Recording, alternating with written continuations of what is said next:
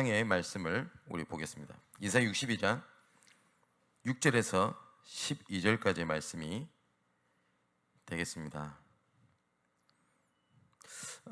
오늘은 이사야서 전체에 대한 부분을 짧게씩 이렇게 보게 될 겁니다만은 많은 학자들이 이사야서를 구약의 복음서라고 부릅니다.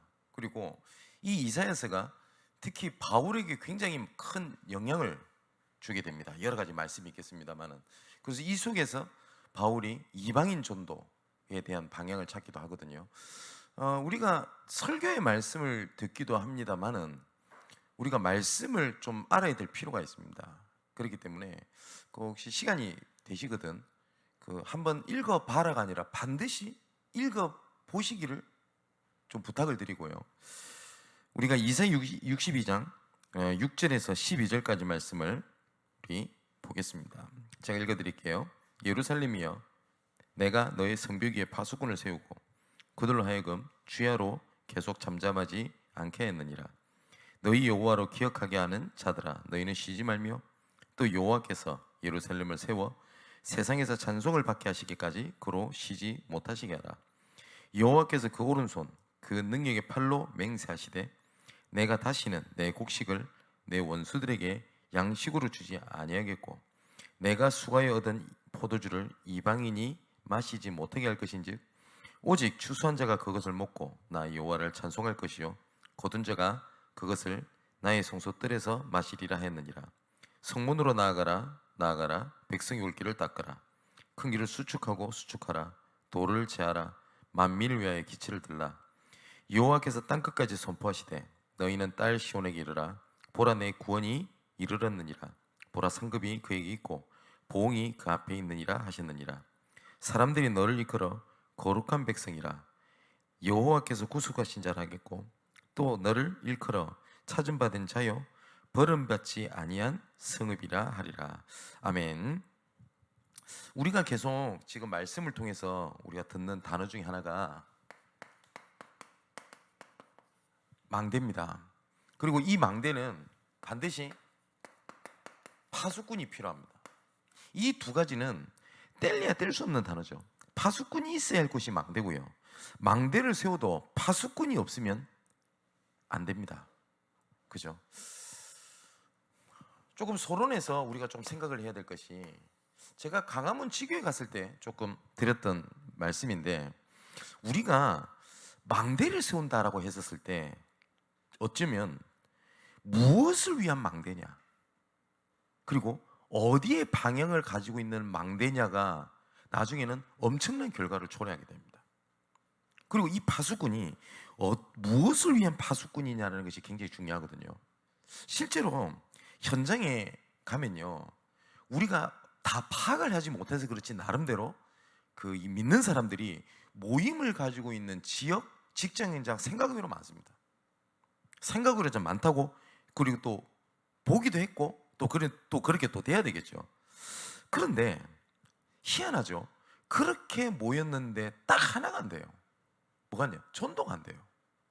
왜 그럴까요? 이 사람들이 모이는 방향과 목적이 있겠죠. 그죠?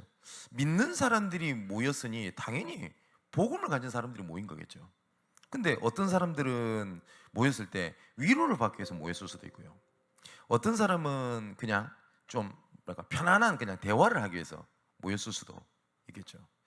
그런데 우리가 망대를 세울 때 이 망대라는 것이 생각을 잘 한번 해보세요. 우리가 지켜야 될 곳에 망대를 세우거든요. 그죠? 쉽게 말하면 이 앞에 지켜야 될 곳이 있는 곳에 이쪽을 보고 망대를 세웁니다. 그죠? 그런데 이 방향이 조금이라도 틀어지면 어떻게 됩니까? 보기는 보겠죠. 이쪽으로 오게 되는 여러 가지 것을 못 봅니다. 그래서 망대를 세운다고 했었을 때 제일 중요한 거 하나가 방향입니다. 그리고 그 위에 세워졌을 때 파수꾼이 볼 수 있는 눈이 결정이 돼요. 근데 대부분 현장에서 모이거나 했었을 때 보면, 예를 들어서 우리는 위로받고 싶다, 그래서 모여가지고 은혜 받았어요. 응답 받았잖아요. 내가 그게 그 방향으로 망대를 세웠으니까. 근데 그 방향으로 망대를 세워놓고 난 다음에 왜 전도가 안 되지? 고민했던 자체가 틀린 거 아닙니까? 그죠? 목회자들이 잘 속는 게 하나가 있습니다. 뭐냐면 집회를 가거나 은혜를 받잖아요. 그러면 일반 성도들하고 조금 달라요. 목회자들이 받는 은혜는 어떻게 잘 속게 되냐면, 내가 이거 설교 때 해야 되겠다, 얘기를 해야 되겠다, 조금 안 좋게 변하면 써먹어야 되겠다, 이런 생각이 들거든요. 근데 이걸 써먹었어요. 응답 받았잖아요. 왜냐? 내가 그렇게 붙잡았으니까, 내가 그렇게 망대를 세웠으니까. 그죠? 자, 그것처럼 내가 현장에 망대를 세운다고 했었을 때 모여라, 열심히 해라, 최선을 다해라, 그 얘기를 하는 게 아니거든요. 하나님의 정확한 목적과 계획의 방향을 갖고 세운다, 망대라고 얘기를 합니다. 그 망대를 지키기 위해서 하나님께서 오늘 본문에도 보니까 파수꾼을 세웠다, 이렇게 말씀을 하십니다. 자, 이사야서의 내용이 어떤 내용이냐면 간략하게 설명을 해볼게요. 북이스라엘을 아수르가 멸망을 시켜버립니다. 그리고 난 다음에 이제는 북이스라엘을 무너뜨렸던 아수르가 이제 남유다까지 건드리기 시작하는 거예요. 이제 두 개를 다 먹으려고 하는 거죠. 그때 남유다가 어떻게 해야 되죠? 이런 상황에 우리가 이럴 때가 있을 겁니다. 문제가 다가왔어요. 그러면 이 문제를 정확하게 보는 망대, 그리고 이 정확하게 보는 것을 얘기할 수 있는 파수꾼이 있어야 되잖아요. 근데 유다에는 그런 것이 없었어요. 그래서 유다가 무슨 짓을 하냐면 외교적으로 이 문제를 풀려고 합니다. 그래서 애굽에다가 도움을 요청을 해요. 애굽에다가 도와주세요, 외교적인 것으로. 그때 당시에 바벨론이라는 국가는 있었는데 이 바벨론이 그때 당시에는 남유다를 공격할 만한 준비가 되어 있지 않는 작은 국가였습니다. 그래서 어떻게 하는지 아세요? 이 남유다가 바벨론이랑 손을 딱 잡습니다. 뭐냐? 우리 반아수르 동맹을 하자라고. 근데 이게 얼마만큼 큰 문제가 되는지 아시죠? 남유다가 누구한테 망해요? 바벨론한테 망합니다. 내가 해답이다, 그리고 이게 방법이라 생각했던 그것 때문에 딱 무너뜨려요. 지금도 똑같거든요. 자, 그래서 나중에는 이 바벨론이 남유다를 멸망시킬 때 그때 당시 왕이 누구냐? 시드기야거든요. 그래서 어떻게 했냐? 너는 하나님을 바라보지 마라, 두 눈을 뽑아요. 그리고 난 다음에 모든 남유다 백성들이 볼 수 있도록 팔에 그 손에 쇠고랑을 차게 해가지고 2000리끼를 끌고 갑니다. 수레에 그 올려가지고 끌고 가도 비참한 건데 어떻게 하냐? 그 나라 왕을 끌고 갑니다. 그냥 질질 끌어서. 그래서 결국은 이 시드기야가 바벨론의 감옥에서 죽게 되거든요. 당연히 성전을 무너뜨려 버렸습니다. 이 성전을 무너뜨릴 때 이스라엘 백성들이 어쨌든 종교적인 거든 뭐 우상이든 소중히 여겼던 그 성전에 있는 모든 기물들이 바벨론에 다 가지고 갑니다. 그래서 이걸 어디다 쓰냐? 하나님 앞에 드렸던 그 이물들을 전부 다 술잔치하는 도구로 다 사용하게 버리게 된 겁니다. 자, 딱 뭐가 없었었냐? 국력이 없었다, 다 맞아요. 어쩌면 그때 당시에 남유다는 최선의 방법을 찾은 겁니다. 동맹국을 형성한 겁니다.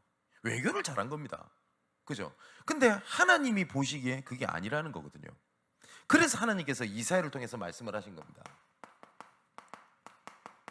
전부 다 무너지게 될 거다. 전부 다 망하게 될 거다.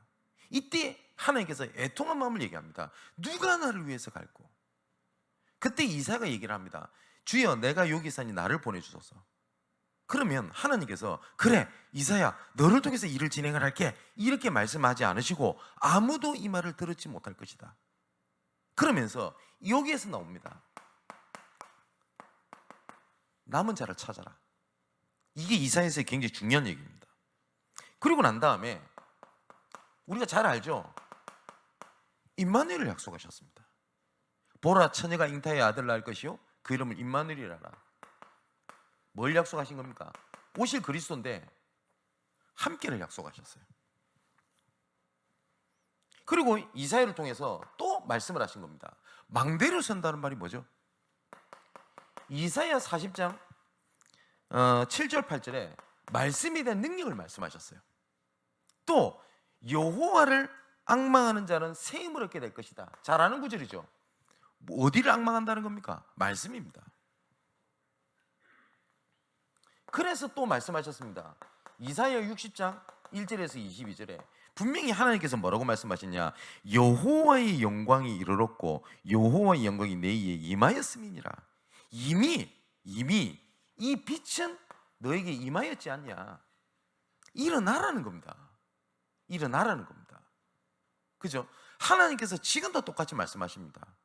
내가 좌절하고 넘어지고 타락하고 무너진다 할지라도 내가 하나님의 자녀다, 빛입니다. 근데 이 빛이 가려져 있단 말이에요. 근데 빛을 발하게 되면 그때 당시에 모든 왕들은 어떻게 생각하냐? 외교적인 방법, 세상적인 방법, 국력을 키워야 된다, 경제력이 있어야 된다, 모든 방법을 가지고 얘기를 할 때 이사야를 통해서 하나님 말씀하신 겁니다. 빛을 발해라. 그러면 포로되어 있던 네 아들 딸들이 몰려오게 될 거다. 네가 그토록 원하는 재물, 경제 몰려오게 될 거다. 그러면서 뭐라고 말씀하시냐? 작은 자가 천을 이루겠고 약한 자가 강국을 이루게 될 것이다. 그러면서 하신 말씀입니다. 여호와의 때가 되면 속히 이루게 될 것이다. 하나님의 시간표를 말씀하셨죠. 그렇게 말씀하시면서 오늘 본문에 읽지는 않았습니다만은 1절 3절에 이렇게 말씀이 되어 있습니다. 여기에 보니까요, 시온의 의가 빛같이, 뭐죠? 하나님의 의입니다. 의. 그리고 예루살렘의 구원이 횃불같이 나타나도록 시온을 위하여 잠잠하지 아니하며 예루살렘을 위하여 쉬지 아니할 것인즉 이방 나라들이 내 공의를 뭇 왕들이 내 영광을 볼 것이요 너는 여호와의 입으로 정하신 새 이름으로 일컬음을 받을 것이며 너는 여호와의 손에 아름다운 관 내 하나님의 손이 왕관이 될 것이다 라고 말씀을 하셨어요. 근데 이때 당시에 아수르에게 공격을 당하게 되고 바벨론에 무너지고 했던 그 일을 통해서 하나님께서 뭘 나타내시겠다고 약속하셨냐면 시온의 의, 하나님의 의가 빛같이 예루살렘의 구원이 횃불같이 나타나도록 너를 위하여 쉬지 않도록 하겠다 라고 약속을 하셨어요. 무너짐이 아니다. 그죠? 자, 그러면서 이방 나라들이 내 공의를 보게 될 것이다. 이때 당시 이스라엘 백성들은요, 그 신약시대도 똑같습니다. 우리는 선민이고 이방 나라는 그냥 지옥의 땔감이라. 근데 하나님께서는 나의 구원을 이방인들이 보게 만들겠다. 이를 위하여 하나님께서는 뭐요? 바벨론의 그 핍박, 아수르의 공격, 이런 것들을 하나님께서는 허락하신 거다. 이 말씀을 하신 겁니다. 그러면서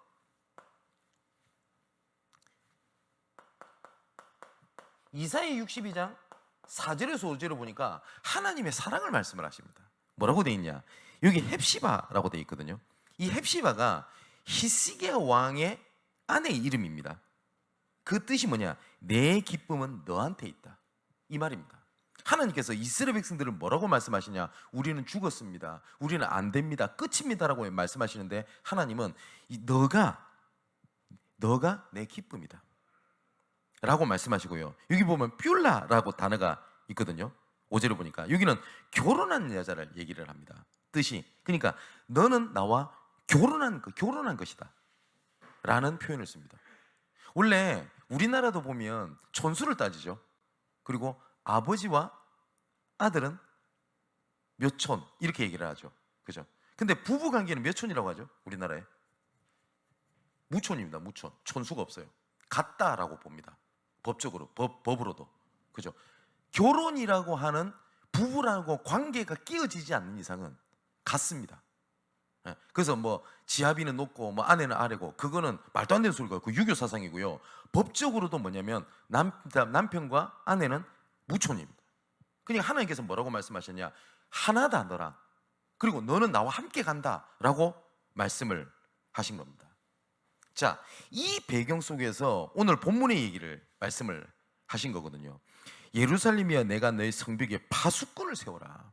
파수꾼. 그러면 이 말씀에 하나님의 망대에 대한 방향을 분명히 말씀하셨고요.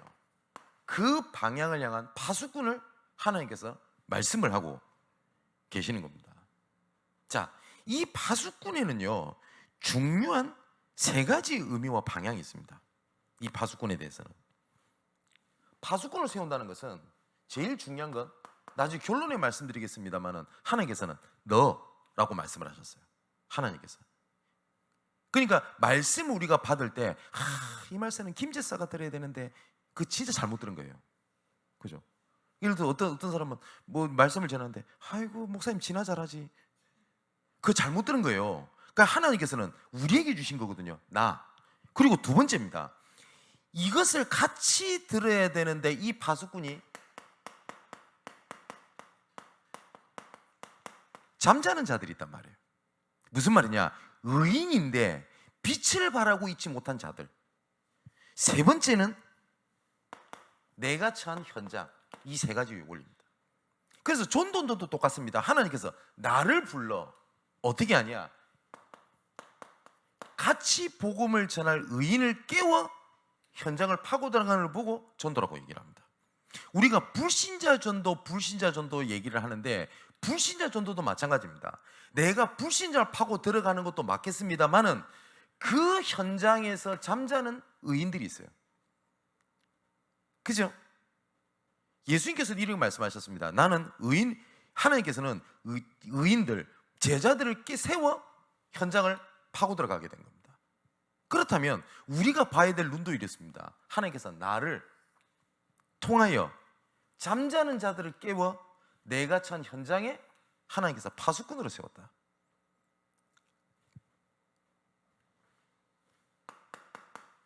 자, 그거를 가지고 좀 본론적으로 몇 가지를 얘기해 보겠습니다. 어떠한 파수꾼을 하나님께서 말씀하셨냐? 이사야 62장 6절에서 9절에 보니까 이렇게 되어 있죠. 예루살렘이여 내가 너의 성벽 위에 파수꾼을 세우고 그들로 하여금 주야로 잠잠하지 않게 하셨느니라. 너희 여호와로 기억게 하게 하시는 자들아 너희는 쉬지 말며 또 여호와께서 예루살렘을 세워 세상에서 찬송을 받게 하시기까지 그로 쉬지 못하게 하라 라고 되어 있습니다. 기도의 파수꾼입니다. 지금 인터넷에 되게 떠들썩한 사건이 하나가 있죠. 정유정이라는 친구가 부산에서 보니까 또래 여학생을 죽였어요. 또래 여자를. 그러니까 댓글을 읽어보니까 과간이에요. 뭐 저쪽 페미 쪽에서는 야 죽이려면 남자를 죽이지 뭐 이딴 소리 했었고, 또 어떤 사람은 보니까 이런 애들은 격리시켜야 된다, 죽여야 된다, 사형해라 이런 얘기들이 있더라고요. 근데 저는 이 친구가 하는 인터뷰라든지 드러난 것에 대한 얘기를 가만히 들어봤어요. 이 친구가 보니까 이미 영적 문제가 와 있었더만요. 5년 동안 아무것도 안 하고 있었대요. 그런데 어느 날 이 친구한테 뭐가 들어갔냐? 틀린 생각이 딱 들어간 겁니다. 자, 성경에 보면요, 사단이 가룟 유다의 생각에 예수 팔 생각을 집어넣었다라고 되어 있거든요. 그죠? 이 친구에게 사단이 집어넣은 겁니다. 뭐냐? 죽이고 싶다. 이유가 없어요. 그리고 이번에 죽임을 당했던 피해자도 전혀 일면식도 없어요. 단지 그거였어요. 죽이고 싶다. 보니까 이 일을 몇 달 전부터 준비했더만요. 그때 저는 이런 생각이 들었어요. 얘 주변에 단 한 명도 복음을 얘기해 줄 사람이 없었을까? 진짜 얘 주변에 예수 믿는 사람이 단 한 명이 없었을까? 단 한 명이. 그 파수꾼이 단 한 명이 없었을까? 그죠? 여러분, 어쩌면 이번에 일어난 사건이 큰 사건, 눈에 띄는 큰 사건일 수 있습니다. 근데요, 생각 외로 뭐냐면 현장에 그냥 넘쳐납니다. 그런 사람들이. 근데 우리가 기도의 파수꾼 이렇게 얘기를 하는데 지난주부터 기도에 대한 얘기를 좀 나누고 있지 않습니까? 기도를 모르는 사람들은 하는 말이 있습니다. 그냥 기도할게요 이럽니다. 또 예수 믿는 사람들이 거절하기 가장 좋은 단어 기도. 이번에 권사 이번에 좀 임명받고 우리 교회를 위해서 복음에서 같이 헌신합시다 이러면 싫어요 이 말은 못해요. 그래서 정중하게 거절하는 방법, 기도하겠습니다. 기도 안 해요 보통. 그죠? 또 어떤 사람이 이럽니다. 기도한다 되나? 이럽니다. 그런데 성경에는요, 복음 다음으로 제일 말씀하고 계시는 게 기도입니다. 복음 다음으로. 그래서 기도의 파수꾼이라고 돼 있는데, 그러면 우리가 하는 기도가 뭐냐는 거예요. 우리가. 제가 어느 날 제가 하는 기도를 한번 하나님 앞에 봤어요. 저는 요거를 못 넘었어요. 내가 어렵습니다. 내가 힘듭니다. 내 성격 고쳐주세요. 근데 예수님께서 말씀하신 기도하고 제가 하는 기도는 완전히 다른 거예요. 그죠?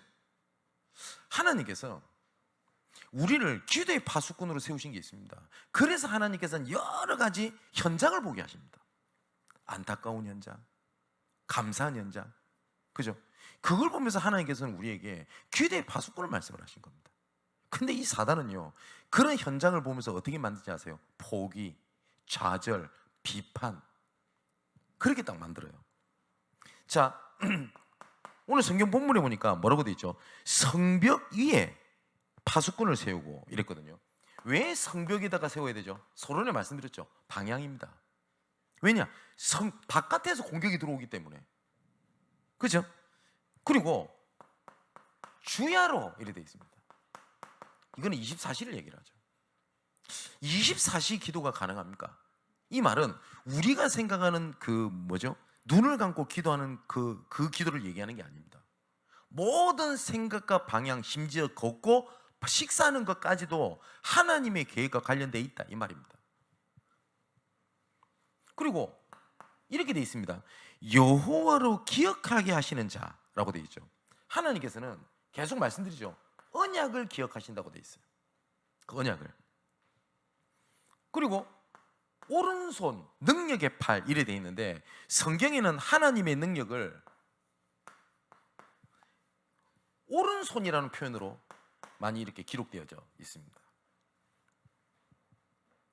여러분, 우리가 대단한 사람입니까? 그러면 이렇게 지금 말씀 전하고 있는 제가 대단하나요? 간혹 가다가 저를 좋게 봐주시는 분이 계십니다. 진생 목사는 대단하대요. 근데 진짜 죄송하지만 고맙긴 합니다만은 잘못 본 겁니다. 여러분, 솔직히 우리가 대단합니까? 우리 양문교회가 겉보기 대단한 게 있나요? 아니면 제가 지금 비관적으로 얘기를 하려고 하는 게 아닙니다. 사실적으로 얘기해 봅시다. 대단한가요? 아니죠. 우리 교회의 경제인들 중에 진짜 불신자들 앞에 내놨다 당당할 만큼 대단한 사람이 있습니까? 없습니다. 예, 저도 대단한 사람이 아닙니다. 그런데 왜 하나님께서 이거를 세우신지 아세요? 대단한 자는 아닌데요, 소중한 자입니다. 이 파수꾼이요, 대단한 사람은 아닙니다. 실제로 군대 내에서나 그때 이때 당시에도요, 파수꾼으로 세우는 사람들 중에 간부나 장교, 고위관직은 아무도 없었어요. 어쩌면 말단입니다. 대단한 사람이 아니에요. 하지만 생패를 가로지는 가장 소중한 사람이었어요. 하나님께서는 우리를 보고 대단한 사람이 되게 하겠다고 말씀 안 하셨어요. 하나님 뭐라고 말씀하셨냐? 너는 소중한 자라고 말씀하셨어요. 여러분들의 자녀가 대단합니까? 대단해요? 아니죠. 소중한 자 아닙니까? 하나님께서는 우리를 대단하다고 하지 않으셨어요. 소중한 자라고 말씀을 하셨습니다.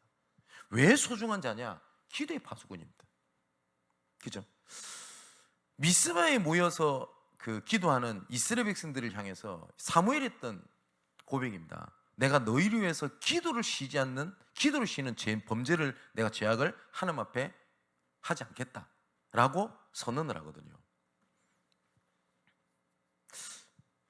저를 위해서 기도해 주실 것은 제가 매일마다 우리 모든 성도들, 현장에서 만난 사람들을 단 한 번이라도 이름을 잊지 않고 기도하려고 몸부림을 칩니다. 이건 하나님이 증인이십니다. 제 휴대폰에는 저를 한 번이라도 지나갔던 기도 제목을 부탁을 했던 그 사람에 대한 기도 제목과 그 사람의 명단이 있습니다. 최소 그냥 읽고라도 갑니다. 생각을 합니다. 그 가운데 하나님 말씀을 달라고 저는 기도합니다. 제가 성도가 늘든 현장이 더 많든 나이가 들든 이것을 쉬는 하나님 앞에 범죄를 하지 않겠습니다. 저도 그렇게 안 하고 싶습니다. 저는 우리 교회의 기도의 파수꾼이라고 생각을 합니다. 저는 양문교회에 대단한 사람이 아닙니다. 예, 담임 목사라고 하는 위치가 대단해 보입니까? 안 그렇습니다. 그런데 하나님 보실 때 가장 소중하고 가장 귀중한 위치라고 저는 생각합니다. 그렇기 때문에 저는 우리 성도들하고 똑같은 사람입니다. 하지만 하나님께서 맡기신 위치가 다르기 때문에 저는 달라야 된다고 생각을 합니다. 그 중에 하나가 뭐냐면 성도들을 가슴에 품는 겁니다. 그리고 비판이 나올 때도 있습니다. 간혹 가다가 사역을 하다가 보면 여기 또 오해하지 마실 것은 제가 사역하면서 우리 교회 지사님도 생각하면서 막 욕이 나고 이런 말이 아니고요. 비판할 것이 생각이 나면 제 마음속에 하는 생각이 있습니다. 내가 이 사람을 놓고 정말 진실된 사랑으로 기도하고 울어보지 않았다면 이 사람에 대한 정죄는 하나님 앞에 죄악이라고 저는 생각합니다. 우리 교회에 여러 가지로 막 일이 있을 때 있습니다. 예, 하나님 증인이십니다. 저는 정죄하거나 버리지 않습니다. 이건 하나님이 증인이 되십니다. 그게 기도의 파수꾼입니다. 우리 렘넌트국 우리 교사분들 이런 생각이 들 겁니다. 내가 렘넌트에서 할 수 있는 게 뭐 없다. 예, 그런 생각이 들 수 있을 겁니다. 뭔 대단한 것을 하나님께서 원하시는 것도 아닙니다. 하지만 그 렘넌트들의 가슴에 품을 수 있는 가장 소중한 사람입니다. 이번 주일날 좀 말씀드리겠습니다. 말씀을 드릴 건데 제가 가장 인생의 걸림돌 중에 하나가 뭐였냐면 제 아버지였습니다. 너무 힘들었어요. 포기하고 싶었어요. 아니, 포기도 시도했었습니다. 그런데 딱 하나가 바뀐 게 있습니다. 뭐냐면 이분이 저한테 가장 힘든 문제를 가져다 주는 건 사실입니다. 아마 이 말씀을 듣는 분 중에서 내 아내가 아니면 내 자녀가 아니면 내 남편이 이런 생각이 드시는 분도 계실 겁니다. 근데 딱 하나, 이 사람을 위해서 기도해 줄 수 있는 가장 소중한 사람이 나잖아요. 그거 외에는 소망 없잖아요. 그래서 하나님께 소중한 사람을 붙인 거거든요. 그렇지 않습니까? 자, 그걸 보고 기도의 파수꾼. 두 번째입니다. 어떤 파수꾼을 말씀을 하셨냐? 이사야 62장 10절에 보니까 길을 여는 파수꾼에 대한 얘기가 나옵니다. 성문으로 나아가라. 그리고 백성이 올 길을 닦아라. 그리고 그냥 닦지 말고 큰 길을 수축해라. 돌을 제거해라.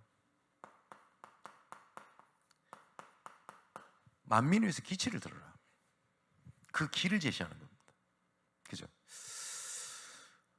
우리 후대들이 복음의 여정, 전도자의 여정을 걷는데 그 길을 여는 우리는 파수꾼입니다.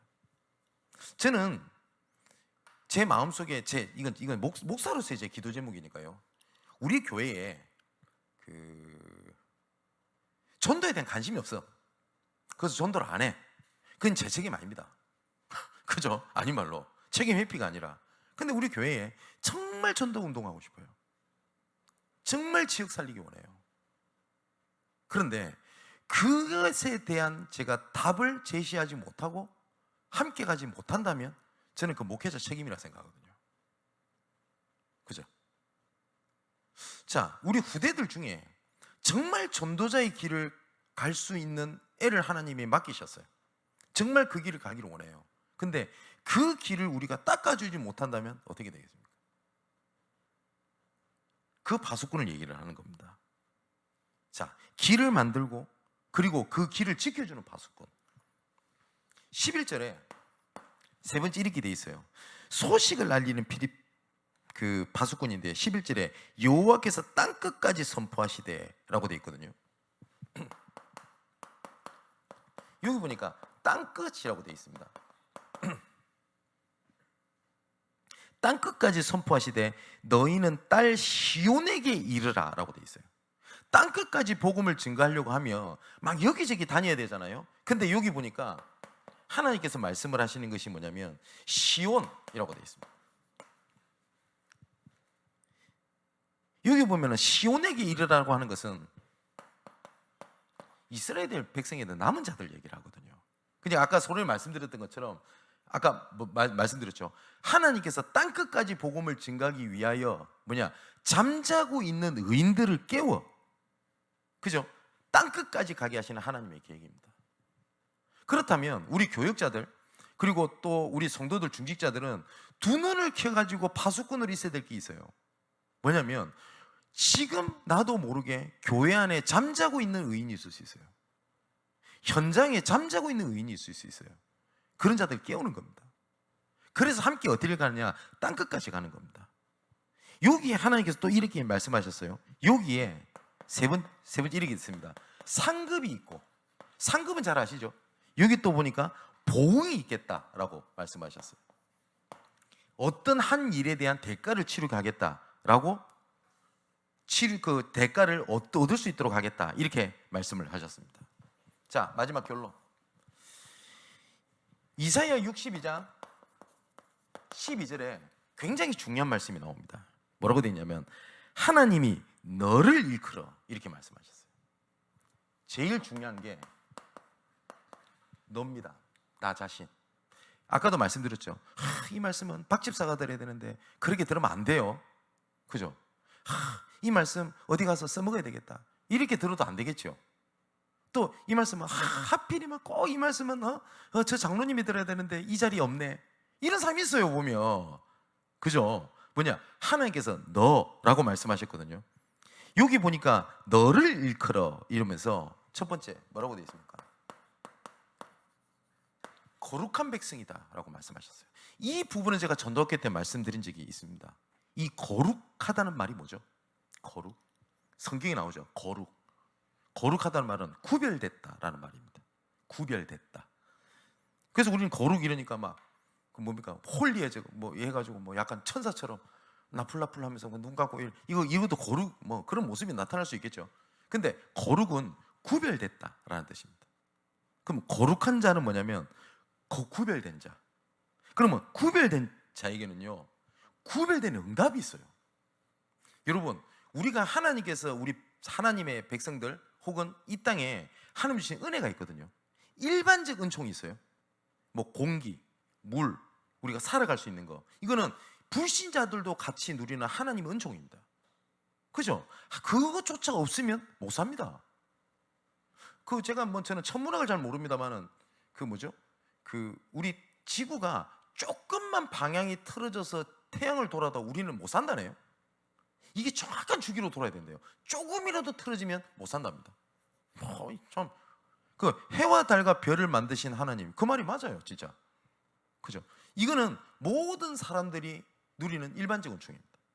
그런데 거룩한 백성은 구별된 응답이 있어요. 세상 사람들이 알 수도 없고 어쩌면 관심도 없지만 가장 가치 있는 구별된 응답이 있어요. 그 말은 또 뭐가 있죠? 구별된 사명이 있습니다. 환경을 지키자. 예, 지켜야죠. 그죠? 요새는 애완동물 키우는 분들이 많아가지고 동물법이 되게 강화됐어요. 예, 그래서 개 함부로 때리면 안 됩니다. 그래서 가끔가다 우리 집 강아지 한 번씩 건드릴 때마다 동물법이 접촉되는 거 아닌가라는 두려움이 가끔씩 오는데, 예, 동물 지켜야죠. 네. 정치운동 필요하죠. 여야가 깨끗해야 되겠죠. 그런데 그거는 모든 사람이 해야 되고 필요한 겁니다. 그런데 하나님께서 구별된 백성에게 주신 구별된 사명이 있어요. 이 뭘까요? 구별됐다고 하는 게. 우리 양문교회가 오늘부터요, 모든 재정과 모든 방향을요, 저 서울역에 가가지고 노숙자들한테 밥 해주고 있다? 틀린 겁니까? 아니요, 틀린 거 아닙니다. 다른 교회가 열심히 한다? 욕하면 안 돼요. 필요합니다. 그런데 이거는 미안하지만 누구든지 할 수 있어요. 그러면 구별된 사명이 뭘까요? 딱 하나밖에 없습니다. 영혼 살리는 겁니다. 그 영혼 살리는 하나님의 방법이 뭐죠? 전도입니다. 이 전도를 위해서 모든 것을 할 수도 있고 모든 것을 안 할 수 있는 게 전도입니다. 그죠? 하나님께서 뭐라고 말씀하시냐? 구별된 백성이다 라고 말씀하셨고, 두 번째는 우리를 보고 구속한 자라고 되어 있습니다. 구원했다라는 말이죠. 그리고 너를 일컬어 찾은 바 된 자요. 누가 찾았죠?